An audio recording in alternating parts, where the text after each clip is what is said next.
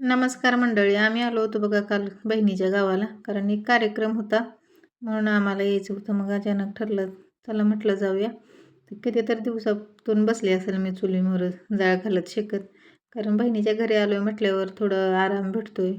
तर हे जांभळीचं झाड आहे, त्याला खूप मोहर आला आहे बघा. आता जांभळे खायला पण यावं लागतंय.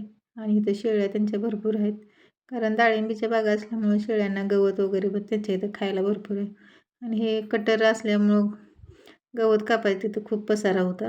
तर शेतकऱ्याचं घर म्हटलं का असंच राहतंय. चुलीला जाळ घालत मी मस्त बसली होती शेकत. तोपर्यंत मुलांनी तिकडं शेकोटी साईडला पण केली होती, कारण अनुष्काला आरूला ते पण शेकायचं होतं. ते बारक्याला पण घेऊन आली होती ती, कारण ते काही सोडतच नव्हते. माझी बहीण मस्त अशी चुलीवर चपात्या बनवत होती. मग आम्हाला ह्या छोटीला बघायला यायचं होतं. ही माझ्या बहिणीच्या मुलीची मुलगी आहे बघा. मग आजोबा काही मस्त तिला घेऊन खेळवत बसले होते सकाळपासून. मग मस्त रेडी झाली, बहिणीची साडी घालते. तिथे गेली का मला म्हणतात, तू माझ्या आईचीच साडी घालतात माझ्या बहिणीच्या मुली. मग म्हटलं बहिणीच्या घालायलाच पाहिजे. आरव काय शेळीच्या पिल्ल्याला काही सोडतच नव्हता बघा, कारण तो माझ्या बहिणीचा दुसरा मुलगा आहे, तो घेऊच देत नाही.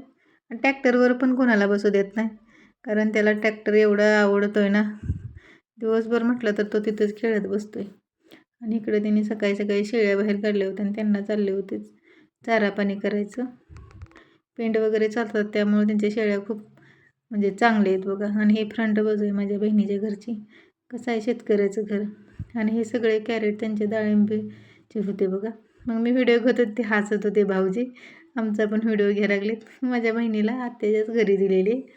हे काही बाळाला सोडतच नव्हते. वळीने एक एक. मी पण छान असे रेडी झाले बघा. कसा वाटला मला व्हिडिओ, मला कमेंटमध्ये सांगा. चला बाय, पुन्हा भेटू.